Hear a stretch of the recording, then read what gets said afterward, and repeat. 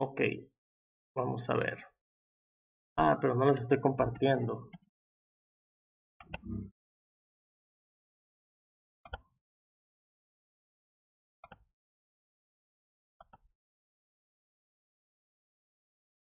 Ahí ya están viendo, ¿verdad?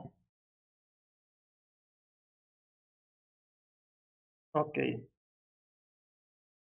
Bueno, aquí voy a pensar entonces que al menos los aspectos básicos de la mecánica cuántica los estamos familiarizados con ellos, como lo es la catástrofe ultravioleta, de la cual pues ya he comentado varias veces,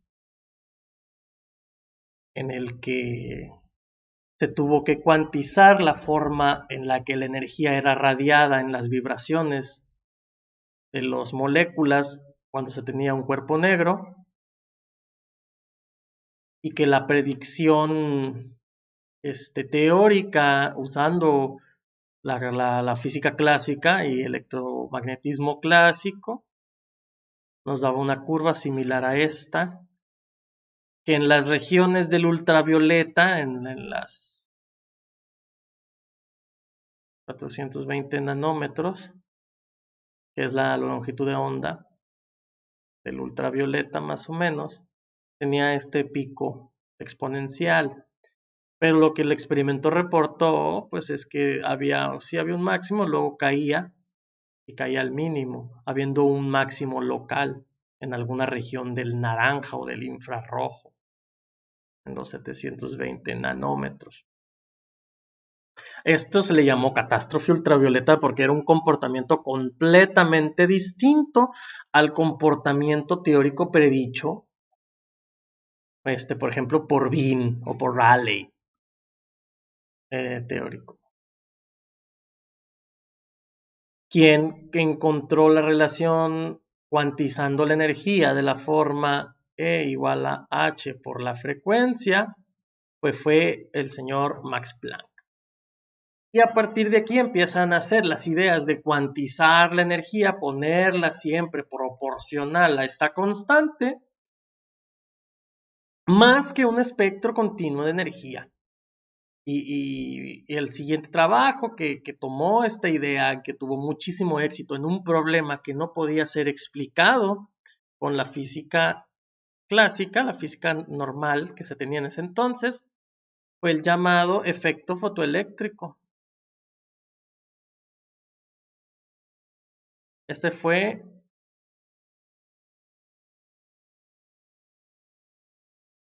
descrito por Albert Einstein. El efecto fotoeléctrico es que, por ejemplo, se tenía una plaquita, ¿no? Digamos, aquí teníamos otra placa conductora, digamos que estaban así conectadas.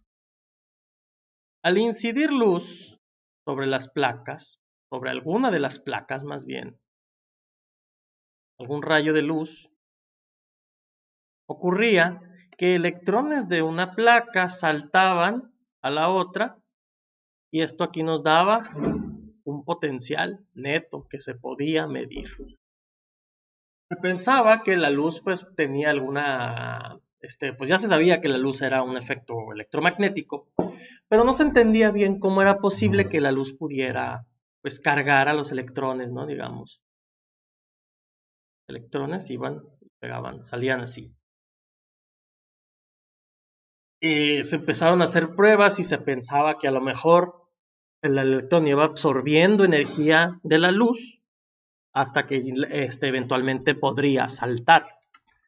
Pero esto no podía ser porque se observaba que para cierta frecuencia o cierta longitud de onda, los electrones brincaban de forma inmediata, y para frecuencias más bajitas, que vendrían siendo longitudes de onda más largas, no, al revés, para frecuencias más cortas, sí, más cortas, es lo que dije, pues ya no saltaban los electrones. Eso significa que había una dependencia directa entre la energía cinética el electrón y la frecuencia. Y lo que hizo Einstein fue proponer que la energía cinética del electrón iba a estar por el cuanto de luz, cuanto, es el cuanto de luz, o cuanto de energía de la luz, menos una cantidad de energía que se le llama W, que es una función de trabajo.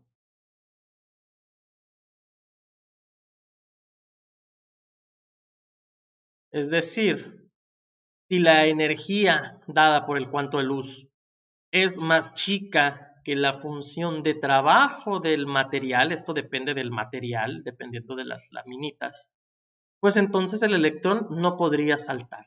Y la función de trabajo se volvería como la energía mínima requerida para que el electrón pueda brincar o desprenderse de la placa. Esta idea tuvo mucho éxito al explicar este efecto fotoeléctrico. Y entonces ya se empezaba a ver que la luz tenía este comportamiento como cuántico.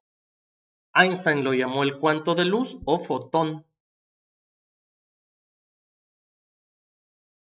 Pero aún no se sabía o no se creía que esto era una partícula también. Recuerden que pues, los fenómenos electromagnéticos son ondas hasta ahorita. Bueno, hasta en ese momento, 1905.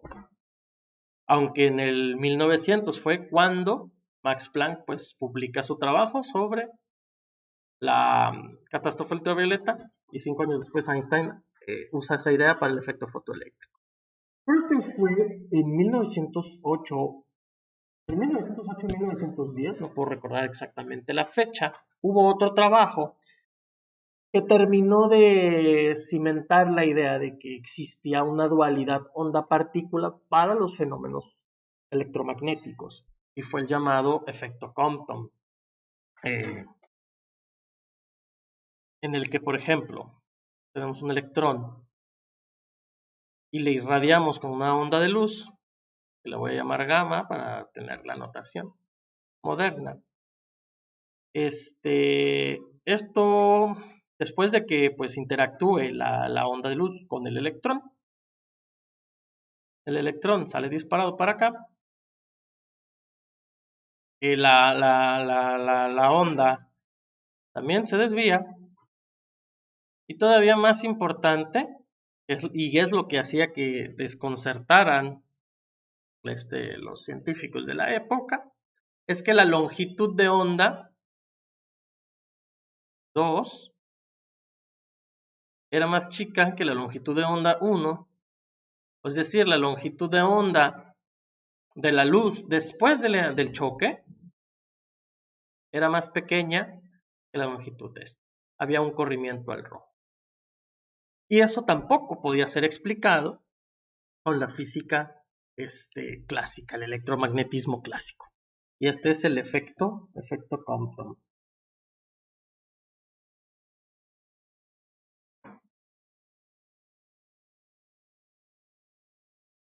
Estos tres experimentos son de mucha importancia, sobre todo en cursos de física moderna, en donde se ve una especie de mecánica cuántica rebajada. En un curso de mecánica cuántica muy a detalle, se verían estos a detalle profundo.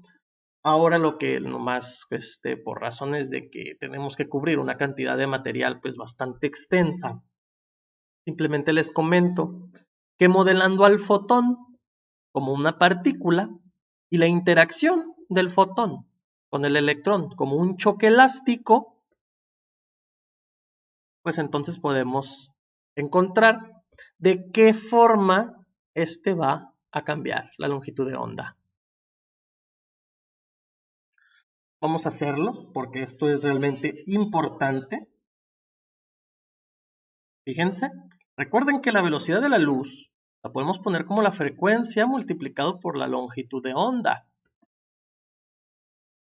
Entonces la energía, que es constante de Planck por frecuencia, en términos de la longitud de onda, puede ser escrito como h entre la longitud de onda por la velocidad de la luz. Ahora, para que esto sea un choque elástico, debe de haber dos condiciones. El momento antes de la colisión y el momento total después de la colisión debe ser exactamente el mismo. Vamos ahora por motivos de practicidad pensar que el electrón y el fotón siguen la dirección X.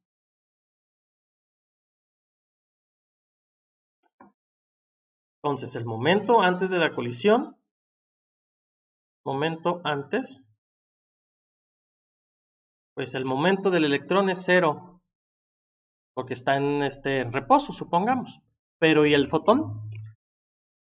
Aunque pues hablar del momento de una onda puede ser algo que es complicado. Estamos pensando que esto se va a comportar como una partícula. Y si recordamos la expresión de Einstein para la energía, no es E igual a mc cuadrado, eso no es verdadero. Bueno, es verdadero en ciertos contextos, pero lo completo es que es E cuadrada igual a P cuadrada C cuadrada más M cuadrada C a la cuarta. Y lo que estamos pensando es que las ondas electromagnéticas no tienen masa. Entonces simplemente nos quedamos con este término de E igual a PC. Es decir, el momento del fotón es h entre la longitud de onda inicial. Y entonces el momento final, este sería P1, P inicial, P final sería h entre la longitud de onda final más del momento del electrón, que lo voy a llamar simplemente P, el momento que tiene el electrón después de colisionar. Que digamos, supongamos que pues esto es completamente medible en laboratorio. Entonces tenemos que h entre la longitud de onda inicial debe de ser igual a h entre la longitud de onda final después de colisionar más simplemente el momento del electrón. Pero hay más todavía, porque un choque elástico también debemos igualar las energías. Y la energía que tenemos aquí, pues es la energía del fotón, h por c entre lambda inicial, más mc cuadrada, donde m es la masa del electrón, o perfectamente conocida, es una constante fundamental. Bueno, no es una constante fundamental, pero es una constante muy bien conocida, la masa en reposo del electrón. Y de la misma forma, aquí, e cuadrada es el momento del electrón, la velocidad de la luz, más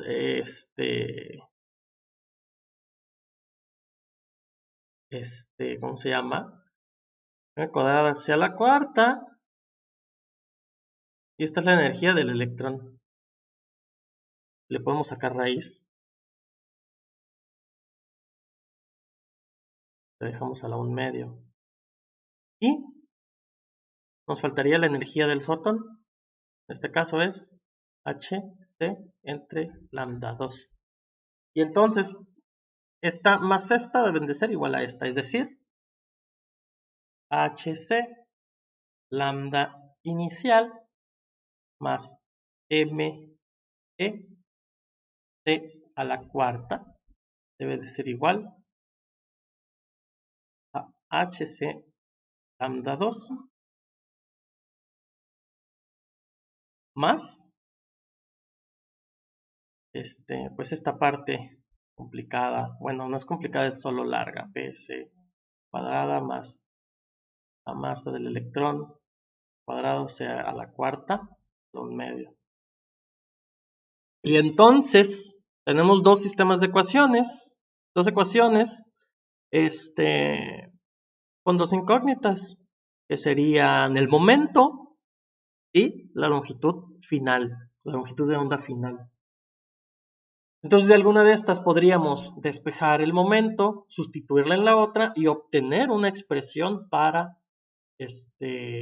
la longitud de onda final, en términos de puras constantes. La velocidad de la luz, la masa del electrón, la constante de Planck y pues claro que la longitud de onda inicial.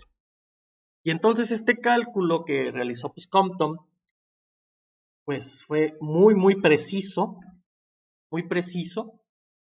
en las mediciones experimentales que se tenían. Esto fue un exitazo.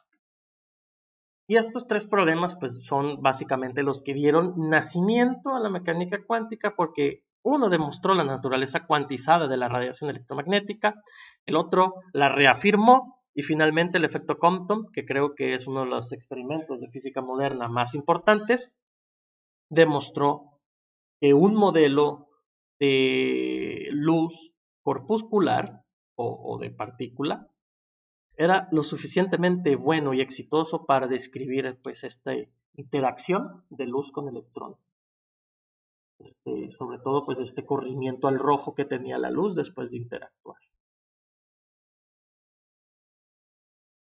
Después de este experimento pues hubo muchos más. La cuantización del momento angular usando átomos de plata, pero para eso había una cosa más que había que comentar y que es totalmente relevante en el contexto inicial de la mecánica cuántica. Y es que pudimos escribir, por ejemplo, el momento de un fotón de esta forma. Hasta en este momento sabemos que esto es para fotones. Perfectamente válido. Y entonces un señor que no tenía mucho que hacer, bastante rico, llamado Louis de Broglie, se le ocurre decir que esto también es válido para materia.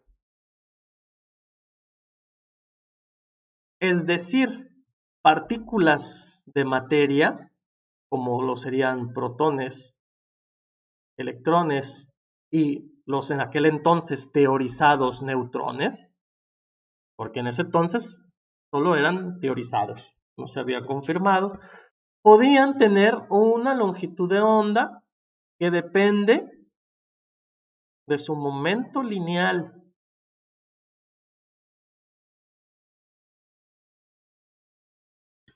Porque pues de aquí lo podemos poner, ¿no? Longitud de onda igual a h sobre p. Y entre más grande fuera el momento lineal de la partícula, su longitud de onda, pues más pequeña. Por eso, por ejemplo, la longitud de onda de un carro que se mueve a 100 kilómetros por hora es microscópica, más allá de microscópica, una cantidad pequeña que no se puede pronunciar. Porque la constante de Planck es del orden de 10 a la menos 36, creo. Y pues el momento lineal de un coche, pues también no, si pesa 1000 kilos,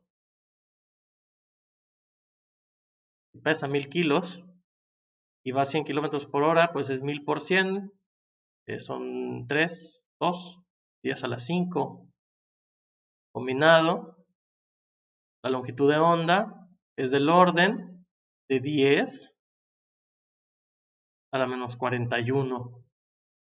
Inmedible, no se puede, es una cantidad tan pequeña que la precisión no nos alcanza para medirla.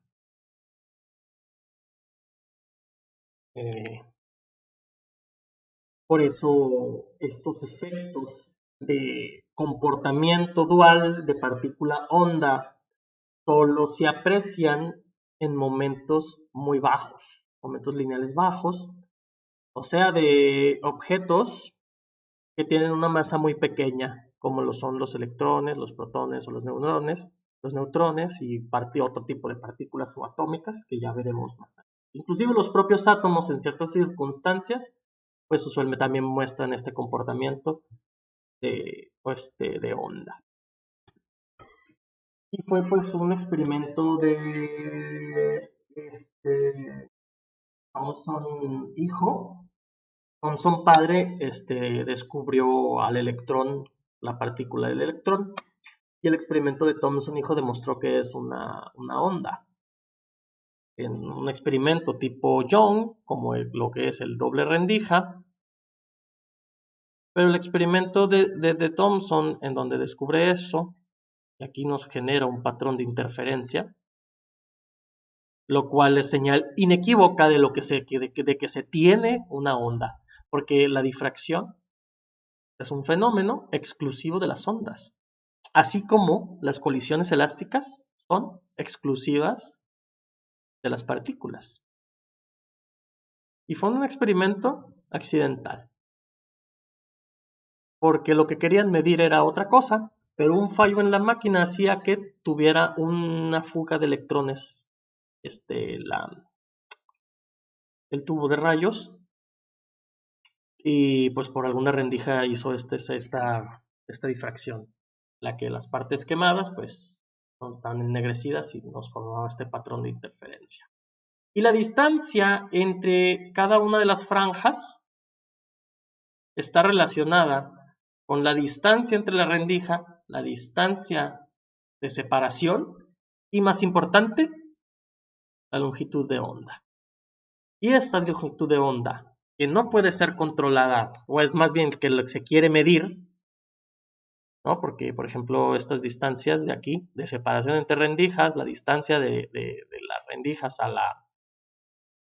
a donde se va a hacer la difracción y la separación, pues son medibles. Y entonces se puede obtener un cálculo aproximado de qué longitud de onda provocó, que es la causante, y está en perfecta concordancia con lo dicho por de Broglie. De Broglie, una especie de iluminación, y le llegó este resultado a su mente. Básicamente le atinó, le pegó al gordo y se llevó un Nobel. Y hasta ahora hemos estado hablando de experimentos de Nobel. Max Planck se llevó el Nobel por su trabajo del efecto de la catástrofe ultravioleta. Albert Einstein se llevó el Nobel por el efecto fotoeléctrico, no se lo llevó por la relatividad. Por la relatividad no le dieron nada. Compton creo que también ganó el Nobel por su efecto Compton, su descripción del efecto Compton. Y pues Louis de Broglie se llevó el Nobel por su trabajo en las ondas de materia.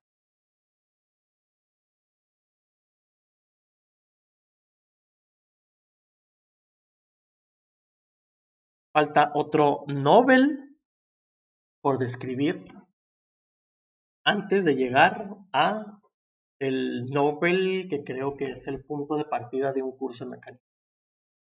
Esto solo es un contexto histórico. Vamos a ver. Esta vez lo hizo un danés, algo cachetón, muy amigo de Albert Einstein, llamado Niels Bohr. Niels Bohr quiso utilizar estas ideas cuánticas para resolver otro problema que no tenía solución alguna en el caso de la mecánica clásica, electromagnética clásica. Se creía, ¿no? Después del experimento de Rutherford, en el que demostró que el núcleo del átomo está compuesto por protones y teorizados los neutrones, teorizados. Todavía no se confirmaba su existencia.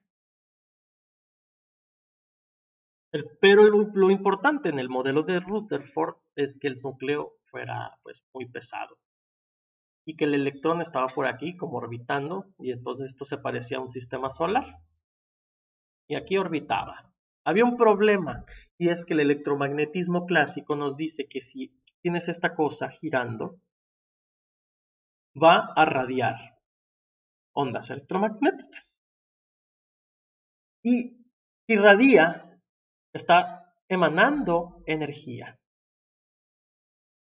Y entonces la energía que radia, pues la tiene que perder, tiene que transformar, está transformando la energía cinética de su giro en esta energía radioactiva. Eso quiere decir que al perder energía cinética, pues se va acercando y la órbita se va pareciendo un caracolito, hasta que llega un momento en el que debería colapsar al núcleo. Pero eso es algo que no ocurre.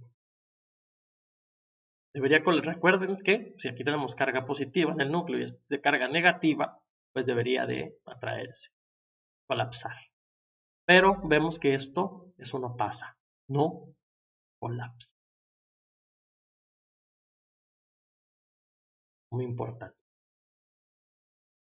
Aquí debería de estar pasando algo que en ese entonces pues no tenían en mente. Y entonces Niels Bohr se puso a pensar y pues empezó a utilizar estas ideas. Una de estas ideas es que si el electrón es una partícula que también se va a comportar como una onda, interactúa como partícula pero se propaga como onda, entonces deberíamos de tener algo como esto, al menos de forma esquemática, ¿no? Que si es una onda debería estar así como oscilando, como una onda alrededor del núcleo atómico. Ya esto es una onda estacionaria. Es como cuando, digamos, a un arbolito tienes una cuerda y la empiezas a agitar para arriba y para abajo, vas a generar una onda. Pero es una onda estacionaria. Los nodos de la onda, estos puntos que siempre están en la línea del cero, siempre están ahí. Y estos puntos de valle y cresta simplemente bajan y suben. Pero los nodos quedan ahí. Y la onda va y regresa, va y regresa. Algo similar ocurre aquí, pero simplemente dando vueltas. Es como si a esta onda estacionaria de la cuerda que la estamos agitando, simplemente la pudiéramos congelar y poner aquí. Tendríamos esa onda estacionaria.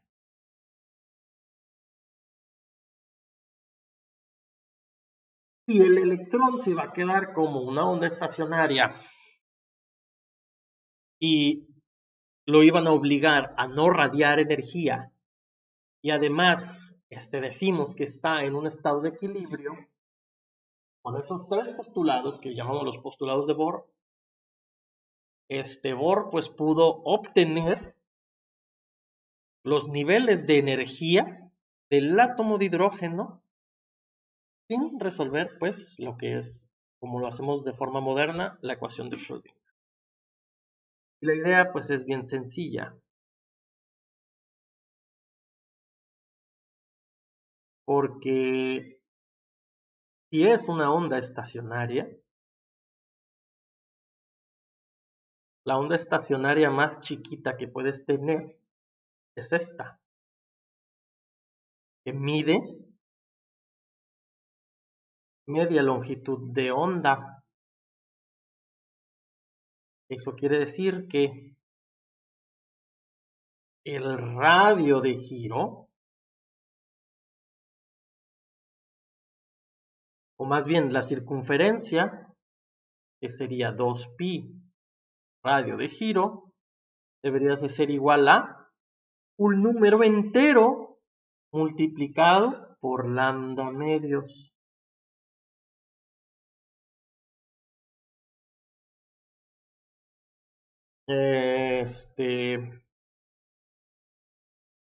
Y esta es una condición. Otra condición es que esté en equilibrio. Eso significa, lo voy a poner por acá, que la fuerza electromagnética debe de estar equilibrada con lo que se le llama la fuerza centrípeta. Para quien no está, a lo mejor no se acordarán, o a lo mejor sí, no lo sé, pero pues la fuerza centrípeta se pone como la masa, la velocidad entre el radio cuadrado de giro. Pero la velocidad es una cantidad que no nos gusta mucho trabajar porque pues, puede ser complicada de obtener en estos sistemas atómicos, entonces simplemente mv, esto se cambia por el momento lineal, que es una cantidad que es muchísimo más sencilla de trabajar en el contexto de las cosas atómicas. Y pues la fuerza eléctrica, y esto se iguala a la fuerza eléctrica, es igual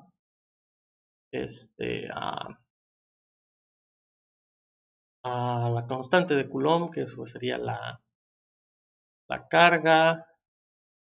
Digamos que esto es el átomo de hidrógeno, entonces sería E cuadrada 4pi epsilon 0 r cuadrado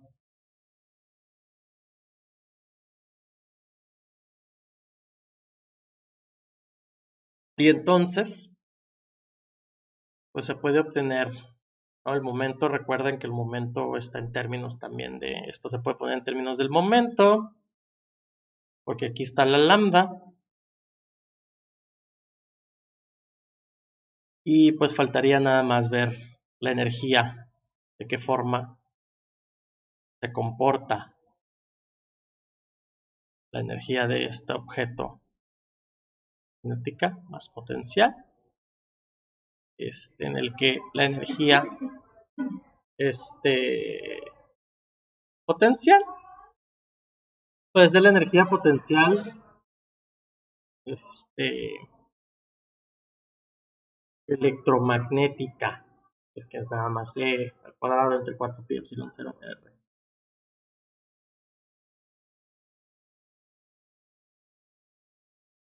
Aquí tengo un error. Ya algo me estaba descuadrando y es que aquí es al revés. Quien va al cuadrado es la B. Algo se me hacía raro. Es B cuadrada. Y R normal, R lineal, B cuadrada. Y algo estaba raro. Una disculpa.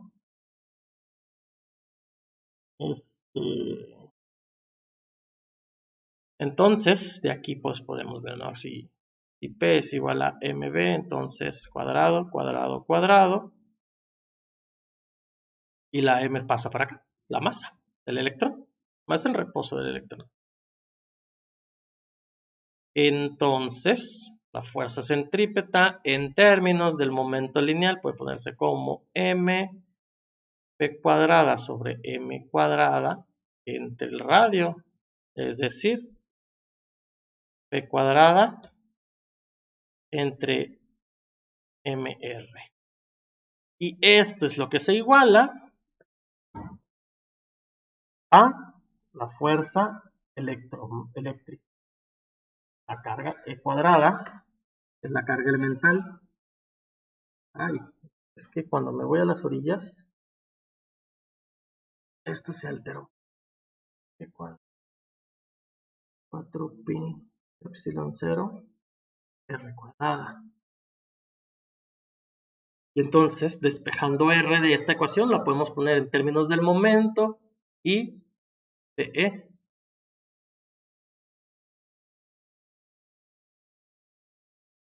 Y ya teniendo r, pues la podemos poner en términos de esta de acá también, en términos de esta n. O más todavía porque la energía está dada de esta forma. Y todavía más, porque recuerden, ¿no? La energía también se puede poner como H. No, esta no. Para fotones.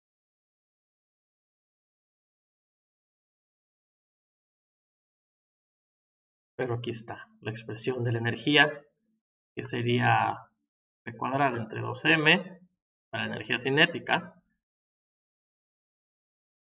Y la energía del sistema es 4pi con 0 r cuadrada. Y esta es la energía total.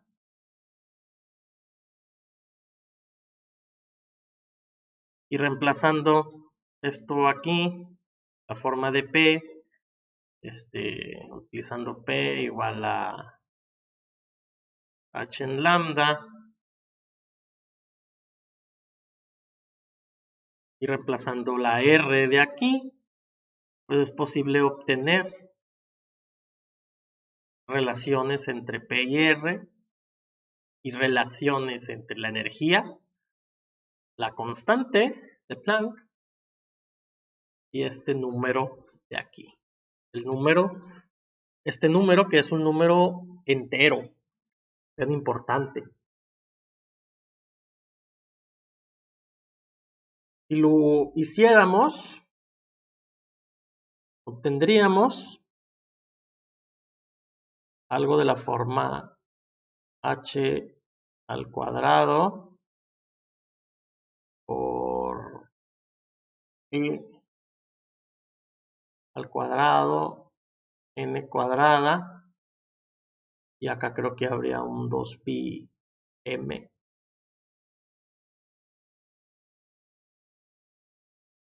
creo. No recuerdo bien la forma de la expresión de la energía en estos momentos, así de memoria. Soy malo para memorizar. Se las pondré la forma de la energía completa en una nota aparte para que la revisen cuando toque revisar.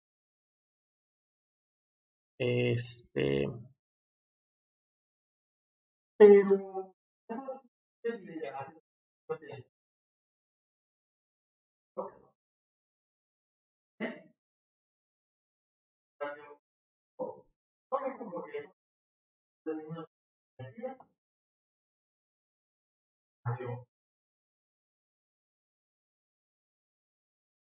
eso fue antes de 1920.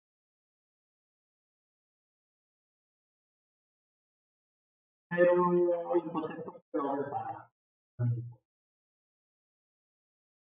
realmente, pues aquí habiendo que la teoría la cuantización de la energía, posteriormente por Niels Bohr, la cuantización del momento angular,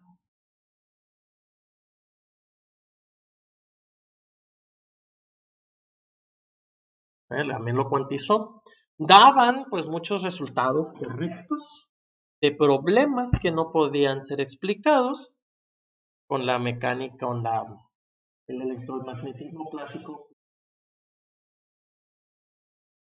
Por lo tanto, se empezó a aceptar que las partículas subatómicas o partículas cuánticas pues tenían este comportamiento cuántico y que iban a comportarse de forma dual. Iban a interactuar como partículas y se iban a propagar en el espacio-tiempo como ondas. En el caso del electromagnetismo, pues ya se tenía la forma en la que el fotón se comporta como onda y también cómo se comporta como partícula. Pero, por ejemplo, el electrón, el protón y el neutrón necesitan una ecuación de onda que las gobierne si es que son ondas. El señor, el que llegó a la respuesta correcta, fue Erwin Schrödinger. y propuso una ecuación muy famosa que creo que todo el mundo conoce y todo el mundo malinterpreta. Y es, pues, la ecuación de Schrödinger.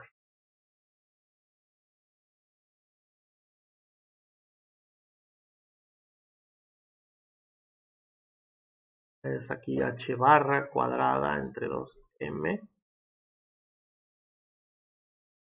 de x cuadrada más b de x, en donde vamos a ver. La ecuación de Schrödinger, como ven aquí, lleva la unidad imaginaria. Es decir, esta es una ecuación compleja. Sus soluciones son complejas. Entonces ya estamos hablando de algo que está por fuera de los números reales y es completamente, pues es difícil de imaginárselo en la vida real, sobre todo su significado. El significado de la función de onda es la ecuación de Schrödinger. Y pues por eso sale mucha gente a decir cada barbaridad. Pero pues para eso estamos haciendo este curso, para tratar de encontrarle un sentido, rayo de luz pues, en toda esta oscuridad y desinformación que hay en la mecánica cuántica por culpa de las películas. Esta h barra que está por aquí es la llamada constante reducida de Planck, que es simplemente h, esta h barra más bien es igual a h, simplemente dividida entre 2pi, no tiene pierde. Nada más. Esto es la derivada del tiempo de la función de onda. La función de Schrödinger es una función, esta función de onda es una función que depende del espacio, porque se propaga en el espacio, las ondas se mueven en el espacio, pero también se mueven en el tiempo. Entonces depende necesitas un punto del espacio y un punto del tiempo, pues para conocer la propagación de la función de una onda, cualquiera, no nada más esta. Esta es la propagación en el tiempo, podemos llamarle a este. Aquí vuelve a aparecer la constante reducida de Planck, y esta m, pues es simplemente la masa de alguna partícula cuántica. Y aquí tenemos la propagación en el espacio, que viene descrita en términos de la segunda derivada en el espacio. La segunda derivada. La primera, como en este lado.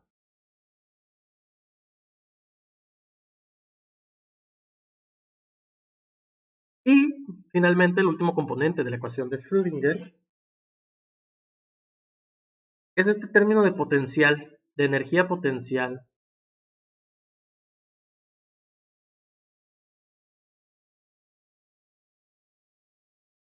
¿Y por qué aparece la energía potencial?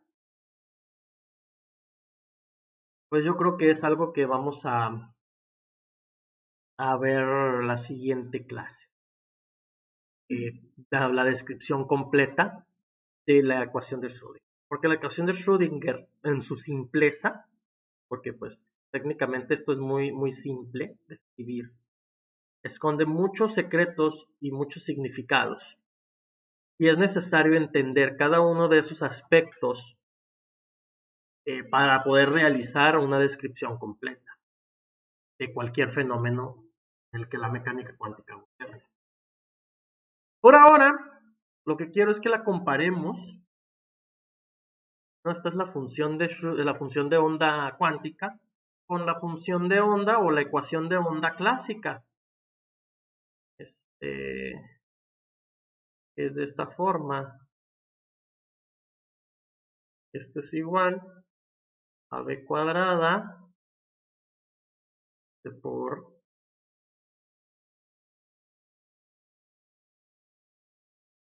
cuadrada.